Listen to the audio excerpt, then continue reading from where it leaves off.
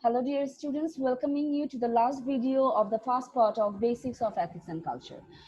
In this video, we will try to give you an idea in details about the 5 elements of culture along with some examples. So the first element of culture is value. So what is value? Values are deeply held criteria for judging what is good or bad, desirable or undesirable, beautiful or ugly. They are the underlying general, often unconscious and unexpressed standards by which we evaluate specific acts, objects or events. The value people hold color their overall way of life, transcending any one particular situation. If we are focusing one of the example of value, let's talk about friendship. Arab cultures, for example, treat friendship as a lifelong or nothing commitment. They make a clear distinction between acquaintances and real friends. Individuals are expected to do anything for a friend, to spend any amount of money or travel any distance to make a friend in need.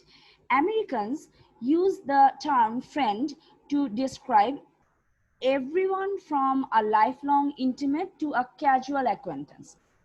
Friendships may be close, but they are not binding. Faced with serious personal problems, many Americans will consult professionals rather than burden their friends. Now, if we are focusing on the second element of culture, which is norms, we will be seeing that a norm is a rule or guidance that says how people should behave in particular situations. Norms are narrower and more specific than values. For example, individualism and honesty are values. The rule that one student should not copy another student's homework is a norm derived from these values. Now remember, norms are unspoken customs that people implicitly know and follow. These are situational, and like values, norms vary from society to society. If we are focusing on the third element of culture, which is symbols are the objects, gestures, sounds, or images that represent something other than themselves. For example, geometrically, a cross is merely two intersecting lines, but for Christians, a cross symbolizes sacrifice, pain and suffering, faith, and the hope of salvation. Even you will be seeing that in different cultures, different symbols may represent the same concept. In some societies, for instance, black is the color of sadness, while in others, white or red suggests grief. So see that the meaning is same, but the symbol may differ from one to another. If we are focusing on the fourth element of culture, which is language, we will be seeing that a language is a system of verbal and in many cases written symbols with rules about how those symbols can be combined to convey more complex meanings. The structure of language is an essential factor in conveying meaning, right? So remember that language is a resource that is available to everyone in society.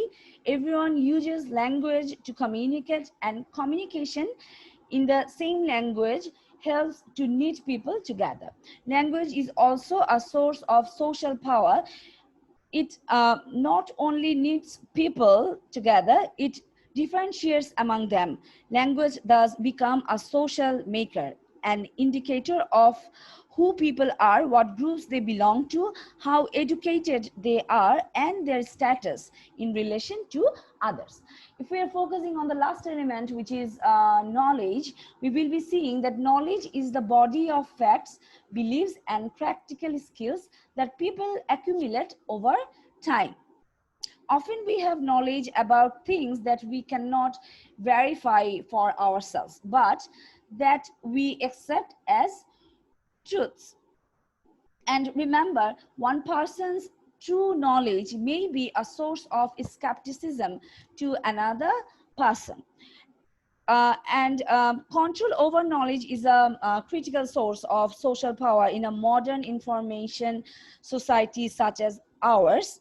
While new technology has made rapid accumulation of knowledge possible, it has not created equal access to that knowledge. Many sociologists worry about division of society into knowledge rich and knowledge poor classes. So basically, these are all about the 5 elements of culture. I hope you understand this topic. Thank you for watching.